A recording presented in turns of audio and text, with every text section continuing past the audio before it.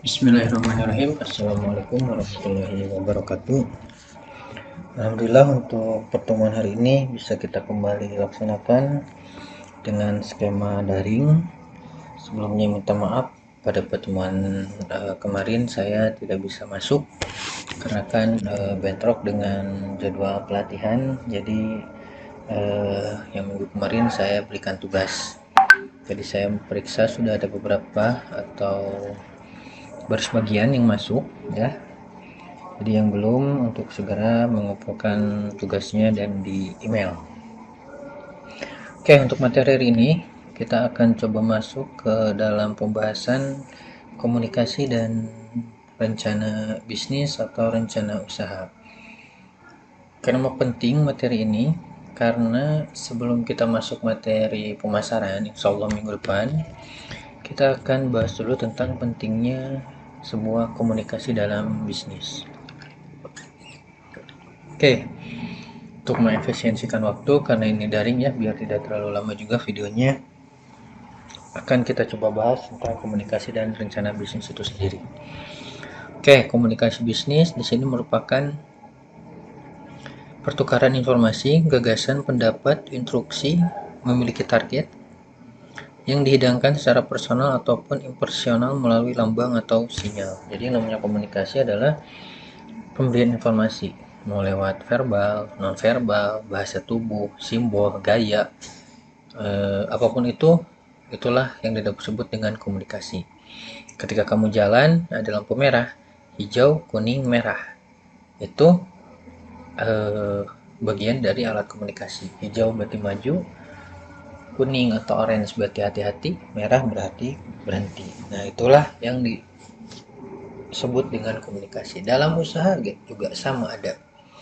Kita nanti akan berkomunikasi dengan teman kerja, dengan rekan bisnis, rekan usaha, dengan supplier, dengan konsumen, termasuk nanti dengan penggunaan medianya, handphone atau apapun itu bebas ya. Jadi nanti medianya bebas. Terus komunikasi bisnis juga menurut Rosenblatt adalah tindakan pertukaran informasi, ide, opini, memberikan instruksi dan sebagainya yang disampaikan secara personal maupun non personal melalui lambang dan sinyal untuk mencapai target perusahaan. Jadi tetap ya, pada intinya komunikasi adalah kegiatan pertukaran informasi. Di situ berisi ide dan opini. Ada juga instruksi memerintah. Dan hal apapun yang bisa dilakukan memberikan sinyalnya lewat penyampaian baik secara personal maupun non personal. Itu adalah komunikasi bisnis. Oke. Formula dari komunikasi sendiri itu ada 5W1H ya. Terus 5W1H ini kita gambarkan seperti di bawah ini. Pertama ada komunikator, siapa yang memberikan komunikasinya atau siapa yang berkomunikasinya. Terus ada pesan, say words atau apa yang disampaikannya. Terus nanti ada media, in which channel, channel apa yang kita gunakan. Terus nanti ada waktu, ada when, situation, and condition. Jadi nanti komunikasi ya kita harus bisa menyesuaikan waktunya. Saya dalam dunia usaha ya kita nggak bisa asal pemasaran, tetap harus ada penyesuaian waktu. Mau dagang jam 12 malam ya dagang apa? Coba kalian di TV lah, jam 12 malam tuh iklan apa palingnya? Iklan-iklan produk punten ya, produk rokok, produk dewasa itu dikirimkannya pasti iklannya malam, gak mungkin siang-siang. Kenapa? Ada anak kecil dan seterusnya. Terus nanti ada komunikan, to warm ya, untuk apa namanya, penerimanya ini untuk siapa nanti. Kalau tadi komunikator mah siapanya ya, kalau ini adalah to warm, komunikannya ya. Jadi siapa nanti yang menerimanya, siapa nanti yang menanggapinya. Nah ini kan kalau dalam bahasa Sunda kita tuh bahasanya banyak ya, ada bahasa Loma, ada bahasa apa dan seterusnya. Sama itu untuk alat komunikasi. Dengan dewasa kita seperti apa, dengan teman kita seperti apa, dengan lebih muda kita seperti apa. Terus nanti ada efek, ada how ya, ada efek apa atau bagaimana situasi dapat terjadi dari sebuah komunikasi. apakah positif penerimaannya atau negatif. Nah, inilah formula-formula dari komunikasi 5W plus 1H. Jadi how-nya itu ada di effect, impact, dan influence. Terus aktivitas komunikasi, pertama ada tujuan, ya, jadi harus memiliki tujuan, jadi tidak asal bunyi, sesuai ya dengan pepatah Arab atau hadis ya, yang lebih diam itu emas. Nah, kalau dalam organisasi diam semua nggak baik juga, tetap harus ada alat untuk berkomunikasinya, berinteraksinya, cuman harus sesuai dengan tujuan organisasi biar tidak mubazir gitu loh. Nanti ada aktivitas pertukaran antara komunikator dengan komunikan, yang berbicara dan yang menerima pembicaraan. Tiap komunikasi harus berisi tentang informasi, gagasan, opini, ataupun instruksi. Tapi nanti disesuaikan juga dengan situasi, kondisi, serta tujuannya. Terus nanti ada saluran personal atau impersonal. Komunikasi dapat dilakukan bertatap muka langsung atau melalui media. Seperti hari ini kita kan sedang menjalani komunikasi ya di perkuliahan apa, kewirausahaan, tapi menggunakan media. Saya sebagai pengirim pesannya, kalian yang menerima pesannya. Terus nanti ada simbol atau sinyal, metode atau arti digunakan untuk berkomunikasi. Misal saya jualan di GoFood, ada suara nih, atau saya nelpon ke kamu ada nih suara, berarti itu kan membuktikan adanya telepon di sana. Dan itu alat juga untuk berkomunikasi. Terus selanjutnya nanti ada target atau tujuan organisasi. Capaian tujuan telah ditetapkan sebelumnya oleh manajemen. Jadi nanti akan ada target-target, akan ada tujuan-tujuan dari organisasi. Karena apa? Di situ ada penetapan dari manajemen. Jadi ada capaian tersendiri. Nah, target inilah yang nantinya balik lagi ke poin nomor 1, bahwasanya setiap komunikasi harus memiliki yang namanya tujuan. Oke. Tujuan komunikasi yang pertama, memberi informasi atau informing. Di sini fungsinya adalah memberikan informasi yang berkaitan dengan dunia bisnis kepada pihak lain. Ya, jadi ini tujuan dari komunikasi adalah kita bisa memberikan informasi yang berkaitan dengan bisnis kita kepada orang lain. Misal kita bikin status, itu kan menginformasikan bahwasanya aktivitas kita dalam status apa, judi kah, dagang kah, atau apapun itu. Terus melakukan persuasi atau persuading, yaitu untuk melakukan pendekatan kepada pihak lain agar apa yang kita sampaikan itu mudah dipahami. Terus nantinya dari komunikasi itu adanya kolaborasi, adanya kerjasama, adanya saling membutuhkan, adanya saling berkaitan ya. Karena apa? Tujuan dari komunikasi adalah membangun interaksi. Interaksinya dua arah. Interaksinya tadi ya, ada komunikan, ada komunikator. Nah, itulah yang akhirnya bisa menjadikan sebuah kolaborasi. Terus nanti ada teknik komunikasi. Teknik komunikasi ini bisa dibagi ke beberapa hal juga. Ada teknik komunikasi verbal. Di sini tujuannya adalah untuk menyampaikan sebuah gagasan, ya, untuk mengekspresikan opini, untuk menjawab pesanan, dan pendengar yang baik. Jadi di sini verbal itu yang biasa kita lakukan hari ini. Kita berpendapat, kita mengajukan pertanyaan, kita mengajukan sebuah ide atau apapun itu melalui hal-hal verbal yang kita miliki. Terus nantinya ada teknik komunikasi non verbal. Ini biasanya keberhasilan penerimaan itu katanya hampir menyentuh angka 90% ketika menggunakan komunikasi non verbal. Yang paling besar itu adalah bahasa tubuh, 55%. Karena bahasa tubuh oleh semua indera itu bisa dicerna. Karena apa? Kecuali mereka yang mungkin kekurangan di penglihatan ya. Misal sakit perut, kita megang perut pun bisa. Kita megang perut dengan ekspresi sakit itu bisa menggambarkan kita sakit perut.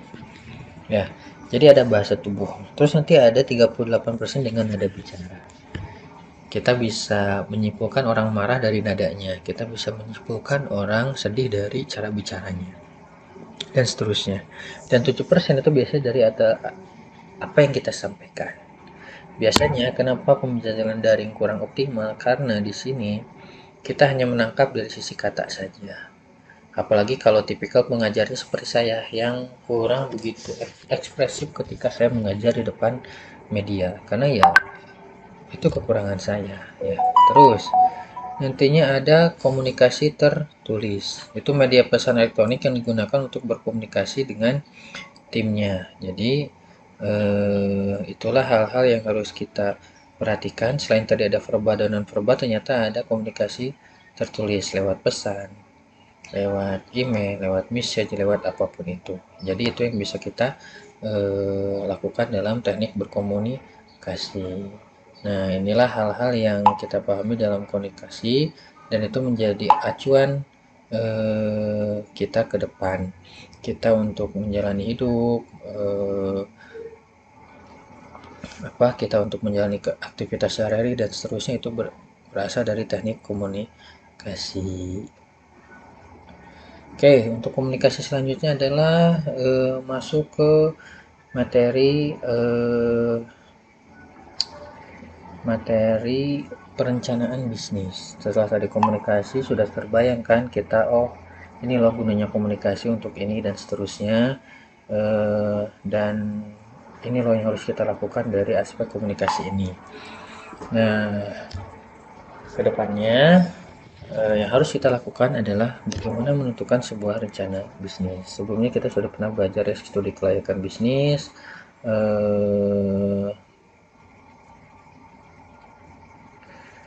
studi hal-hal yang membicarakan tentang aspek-aspek yang dibutuhkan dalam usaha.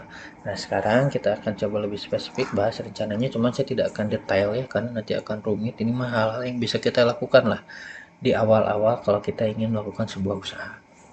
Jadi ada sebuah proses bagaimana cara kita menganalisis sebuah peluang. Oke, rencana bisnis adalah hal-hal penting harus disiapkan sebelum mendirikan sebuah usaha. Sebuah rencana bisnis semuanya dituangkan secara terperinci mengenai konsep usaha, pemasaran, keuangan, dan sebagainya. Jadi seperti yang pernah kita bahas di studi kelayakan bisnis, bagaimana konsep usahanya, bagaimana itu pemasarannya, bagaimana itu keuangannya, dan seterusnya. Nah, inilah yang harus terangkum dalam sebuah rencana bisnis. Terus ada tujuannya. Tujuan dari rencana usaha adalah mampu memastikan bahwasanya usaha yang kita jalankan itu sesuai dengan visi misi yang kita lakukan. Visi misi kamu apa? Misalkan dapat duit, ya sudah, dapat duitnya nanti rencananya apa? Saya harus jual ini di target sebulan sekian, bagaimana cara menjualnya, bagaimana produksinya, dan seterusnya. Itu harus dirunut secara tertib, teratur, dan tersusun. Keduanya adalah menghitung sumber daya operasional, kebutuhannya, alat, bahan baku, pegawai, terus jam kerja, dan seterusnya. Itu harus kita hitung. Gimana kalau usahanya masih sendiri? Ya sama, harus kita hitung. Kalau usaha kamu sendiri, berarti kamu harus ngatur diri kamu sendiri. Itu loh yang lebih susah. Terkadang di kita banyak mimpi. Banyak mimpi itu harusnya mah banyak kerja kan, banyak mimpi, banyak tidur. Alhasil bisnis kita ya hanya mimpi. Nah, itulah yang harus memang kita perhatikan. Jadi ada sumber daya operasional yang memang harus benar-benar kita hitung, kita targetkan, kita rencanakan, kita buat skemanya seperti apa.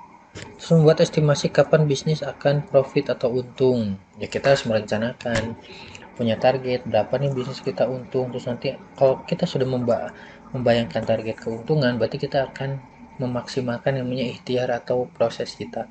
Bagaimana iklannya, bagaimana tadi ya kita harus menjualnya seperti apa, terus kemudian nanti bagaimana cara kita melayani konsumen dan seterusnya. Itu akan diperhatikan secara terperinci loh, dan itu nggak akan bikin kita main-main. Karena apa? Ini yang kita kejar uang loh. Kita mengorbankan uang untuk bisnis kita, maka kita harus dapat uang lagi dong.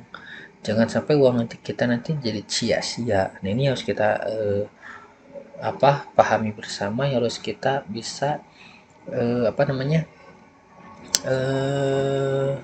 antisipasi segala resikonya, terus melakukan evaluasi. Namanya rencana, di tengah jalan pasti ada perubahan, pasti ada kendala, pasti ada masalah. Nah, ini kita harus bergerak cepat, kita harus mampu merespon. Bagaimana ada evaluasi untuk rencana yang sudah kita lakukan. Misalkan, oh hari ini ada kekurangan ini nih, besok evaluasi harus seperti apa. Oh hari ini seperti ini, besok harus evaluasi seperti apa. Sehingga nanti ketemu titiknya, ketemu jalur tengahnya, dan ketemu harapan-harapan yang kemudian hari memang akan mengantarkan kita pada posisi ke depan kita harus seperti apa. Nah, inilah evaluasi ini yang memang harusnya kita perhatikan bersama jauh ke depan. Jadi ada evaluasi sehingga resiko-resiko yang bisa kita lakukan, resiko-resiko yang bisa kita kendalikan, itu secara otomatis akan bisa kita minimal kita kurangi. Ya, karena apa? Ya namanya bisnis punya resiko ya. Tidak ingin beresiko ya jangan bisnis. Tapi apa sih yang nggak beresiko? Kita kerja ada resikonya. Bisnis juga sama ada resikonya. Jadi kita harus perhatikan aspek-aspek itulah untuk melakukan sebuah evaluasi. Terus tipe perencanaan usaha. Nah, ini kan dari tadi ya, dari yang awal tadi ada rencana operasional tadi. Kita harus apa yang kita siapkan, strategisnya bagaimana visi kita, bagaimana misi kita terukur atau tidak, taktisnya apa saja yang harus kita lakukan, taktisnya apa taktisnya apa yang harus kita pelajari, apa yang kita pahami, bagaimana eh, apa namanya bagaimana cara kita menanggulangi masalah, bagaimana cara kita menggerakkan sebuah solusi, bagaimana cara kita menghadapi sebuah problem, masalah dan seterusnya. Sehingga nanti ini akan menjawab visi misi kita kepada jalur yang lebih jangka panjang. Jadi nanti ada operasional, strategis, taktis, dan jangka panjang ini realita gitu loh. Nanti akan kita coba bahas lah di smart ya, di teori tentang smart. Jadi ini akan menutupi tentang ini. Terus selanjutnya, nah ini ada beberapa rencana, menyusun rencana bisnis, tujuannya, sasarannya, terus peramalannya, rencana keuangannya seperti apa, modal dan sebagainya. Terus nanti awalnya siapa yang jadi pelanggan kalian, bagaimana lokasinya, bagaimana kemampuan belinya, jumlah produknya gimana, siapa pesaingnya, perbedaan produk kita apa. Terus nanti hal yang saya perhatikan, tekannya seperti apa, kerja keras, dedikasi, nanti kompetensi manajerialnya seperti apa, permintaan pasarnya seperti apa, kontrolnya seperti apa. Nah, ini harus kita memang benar-benar perhatikan. Terus nanti modal dirinya, bagaimana kompetensinya, bagaimana kecerdasannya, keberanian, keyakinan, dan ketekanannya. Ini kan di dalam diri kalian tadi yang saya bilang. Nggak mungkin kita memperhatikan operasional kalau kita tidak memperbaiki diri kita sendiri. Terus nanti ada penunjang keberhasilannya, bagaimana modal kita miliki, muter atau enggak, skill kita nambah atau enggak, lokasi kita benar dijangkau atau tidak, promosi kita seperti apa, brand kita bagaimana, terus membangun sistemnya seperti apa. Nah, inilah aspek-aspek yang memang benar-benar harus kita perhatikan dari sebuah memahami strategi perencanaan usaha. Oke, terus menetapkan sasaran bisnis. Nih, ini ada berhasil, ada gagal. Kita punya target bisnis, kita punya sasaran bisnisnya. Sasaran bisnis kita adalah mengenalkan produk baru untuk mendapatkan pendapatan, untuk pertumbuhan dan peningkatan pendapatan. Ini kan sasarannya. Kita punya profit, kita punya manfaat, kita punya benefit. Inilah hal-hal yang memang kita perhatikan. Terus nanti tujuan perencanaan usaha memberi arah panduan. Jadi apa sih fungsi dari rencana ini? Adanya arah panduan. Biar apa? Biar kita nggak geruda-geruduk gitu. Biar kita nggak asal-asalan. Biar kita terarah. Nggak apa-apa lambat. Yang penting terarah gitu loh.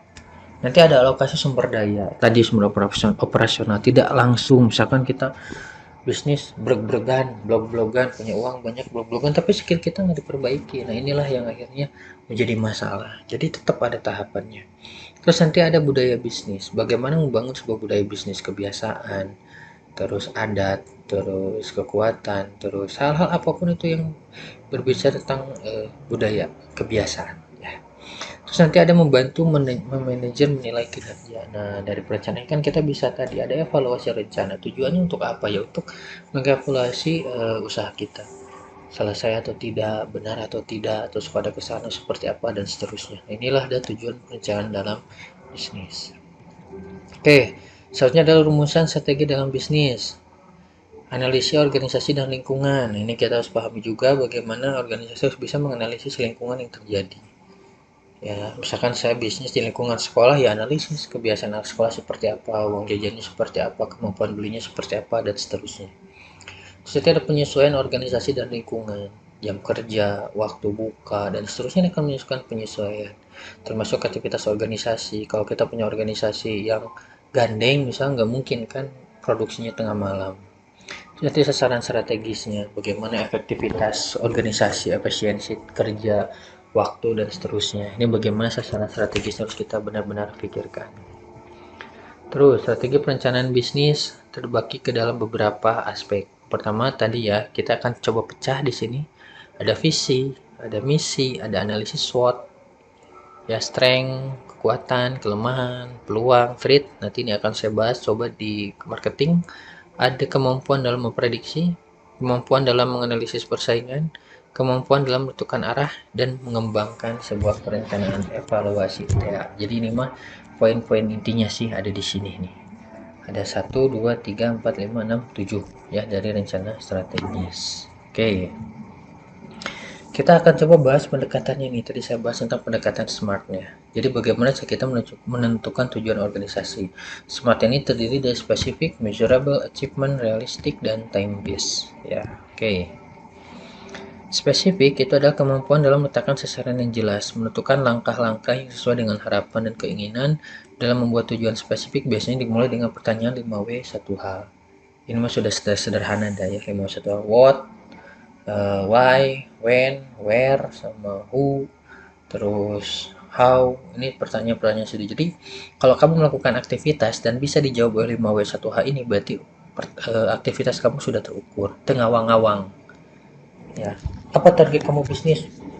Saya punya target 5M 1 tahun. Apa 5W1H nya?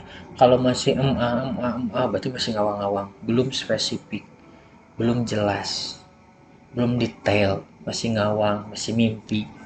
Tapi tanya target masih banyak tidur ya, susah lah ya. Jadi harus spesifik. Terus measurable, terukur, mengetahui kriteria yang digunakan untuk mengukur sebuah tujuan. Target yang terukur jelas dengan tenggat waktu yang jelas akan menghasilkan sebuah kepuasan dalam pencapaiannya.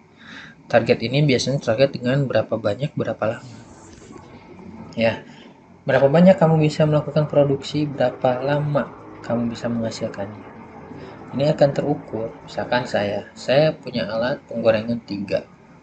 Ini penggorengan kalau sejam ini bisa goreng 50. Ya saya udah bilang kalau ada orderan, siap nggak siapin orderan 100 tapi 2 jam, ya saya nggak sanggup. Kenapa? Pertama, berapa banyak dan berapa lama. Kalau 100 itu paling 2 jam saya ngegorengnya, saya sanggup. Nah itulah ada measurable, terukur ya. Smart, S baru S dan M. Selanjutnya ada achievement, memahami target yang dibuat harus realistis dan dapat dicapai. Target dibuat tidak terlalu mudah dan tidak terlalu sulit. Mengetahui tahapan serta langkah-langkahnya, mengembangkan perilaku, kemampuan, keahlian, serta kapasitas finansialnya. Jadi achievement ini targetnya harus memang tercapai. Kayak tadi lah, baik lagi ke nomor yang 1, jangan asal-asalan dalam membuat target. Kenapa? Karena apa? Kita punya perilaku yang terbatas, kita punya kemampuan yang terbatas, kita punya keahlian yang terbatas. Jadi harus memang benar-benar terukur, achievement. Ya. Terus nanti ada reliable. Kita punya memilih target yang tepat. Pastilah di antara usaha kita punya beberapa target. Nah, kita pilihlah satu fokus target. Jadi satu-satu kita selesaikan. Pencapaian target harus membutuhkan dukungan dari semua pihak dan semua sumber yang tersedia. Jika target kita bisa diikuti oleh semuanya. Ya, nanti ini akan ada pertanyaan. Mana target yang lagi diperjuangkan? Mana target? Apakah target yang ada di waktu yang tepat? Kamu mau jor-joran di musim corona, ya nggak tepat juga. Tetap kita harus saving money. Karena apa? Bulan depan kita nggak tahu, nggak pasti. Apakah keadaan normal atau enggak. Terus apakah ini sesuai dengan kebutuhan, baik kebutuhan kamu ataupun kebutuhan eksternal usahanya kamu. Terus nanti apakah ada orang yang tepat untuk mengerjakan ini. Jadi variabel timnya harus pas. Timnya harus cocok. Karena apa, ini berkaitan dengan pencapaian target. Ya. Kelimanya adalah time based, menetapkan target waktu yang jelas. Nah ini di kita biasanya kenapa kita banyak kegagalan, karena kita nggak punya batas waktu. Sakahayang di orang isuknya jam seberapa mah isuk weh. Nah ini akhirnya membuat kita buyar. Kenapa? Karena dengan menepati waktu kita ada sebuah komitmen loh. Ya, komitmen untuk bisa kita fokus. Nah, strategi paling krusial dalam SMART ini adalah mengantisipasi masalah krusial syariah dalam organisasi, utamanya masalah time base, waktu. Kita kan sudah dikenal ya jam karet. Nah, itulah. Oke, selanjutnya yang harus kita bahas adalah di sini tentang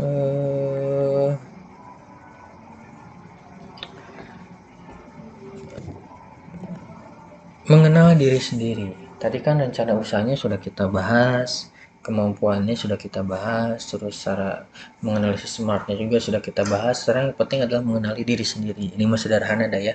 Ada konsep di Jepang namanya ikigai. Ikigai ini adalah konsep mengenali diri sendiri. Ikigai pendekatannya ada 4. Kita berbicara apa yang kamu sukai, kita berbicara apa yang kamu kuasai, kita akan berbicara apa yang orang lain mau bayar, dan apa yang dunia butuhkan. Nah, kalau kamu bisa megang ini, insya Allah kamu akan bisa mengenali diri kamu sendiri. Pertama, tahapan ikigai. Kalau kamu bisa menggabungkan apa yang kamu kuasai dan apa yang kamu cinta, berarti itu passionnya kamu. Kalau kamu bisa menggabungkan apa yang kamu cinta dan apa yang dunia butuhkan, berarti itu misi kamu.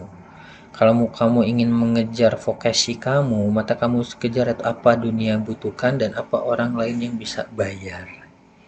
Kalau kamu ingin punya profesi, maka harus cari orang yang mau bayar dan apa yang kamu kuasai. Ini sudah jelas ya, gabungan-gabungan ini nantinya membentuk diri kamu. Diri kamu tuh ada di mana? Tuh, ya, apa di passion kah, di misi kah, di vocation lah, atau di profession. Oke, passion, apa yang kamu cinta dan apa yang kamu kuasai. Apa yang kamu cintai dan apa yang kamu kuasai, ini adalah sesuatu yang membawa kita pada passionnya kita. Makanya suka ada orang yang bilang, kerja dong sesuai passion nih, berarti sesuai ini. Apa yang kamu cinta dan apa yang kamu kuasai. Sekarang carilah apa yang kamu sukai dan apa yang kamu cinta. Mungkin itu yang sekarang nyaman di dalam diri kamu.